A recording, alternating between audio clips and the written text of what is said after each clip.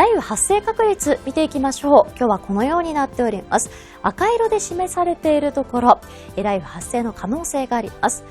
北日本ですと日本海側を中心としたエリア、そして東日本は太平洋側を中心、近畿エリア、中国、四国、そして九州と広い範囲で今日も雷雨発生の可能性があります。天気の変化に注意が必要となりそうです。この後も空の変化に気をつけてお過ごしください。